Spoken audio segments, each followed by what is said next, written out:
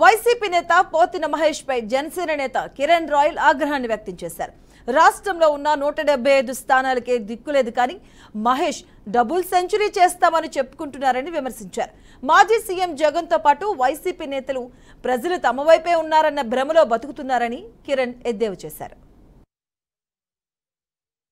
నేను మీ Kiran royal Janasena party Tirupati నియోజకవర్గ incharge. కాసేపు కిందట మాజీ జనసైనికుడు తాజా వైఎస్సీపీ నాయకుడు పోతిన మహేష్ కొన్ని కామెంట్లు చేశాడు.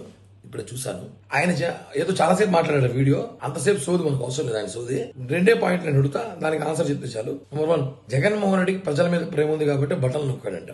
ఓకే, ప్రేమ ఉంది. ప్రజలకి జగన్ మీద ప్రేమ ఉండాలి కదా.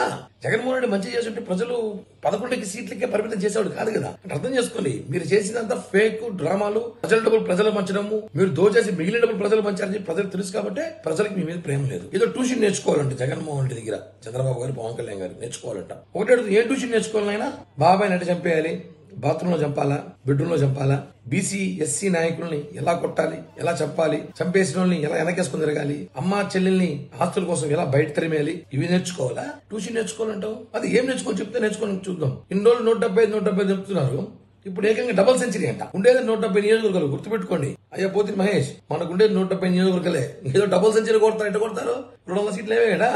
ఓ మొన్న ఢిల్లీ పోయారు కదా, మర్చిపోయారు. తమిళనాడు, కర్ణాటకలో కూడా పోటీ చేసేలా ఉన్నారు. అయితే 170కి దిక్కులేదు, డబుల్ సెంచరీ కావాలంటే ఈయనకి. కామెంట్లు చేసే ముందు ప్రభుత్వం ఏర్పడి 50 రోజులు అవుతుంది. 5 ఏళ్ళు ఇచ్చి మీరేం చేయలేకపోయారు. మేము 50 రోజులు ఏం చేయాలి మాకు తెలుసు, మేము చేస్తున్నాము. మీరు మమ్మల్ని విమర్శించే స్థాయి కాదు, పవన్ కళ్యాణ్ గారి గురించి మాట్లాడే స్థాయి అస్సలు ఇది కాదు. కాబట్టి ఒకసారి సోది మాట్లాడే ముందు ఈ 3 పాయింట్కి ఆన్సర్ చెప్పి మాట్లాడితే బాగుంటుందని చెప్పి కూడా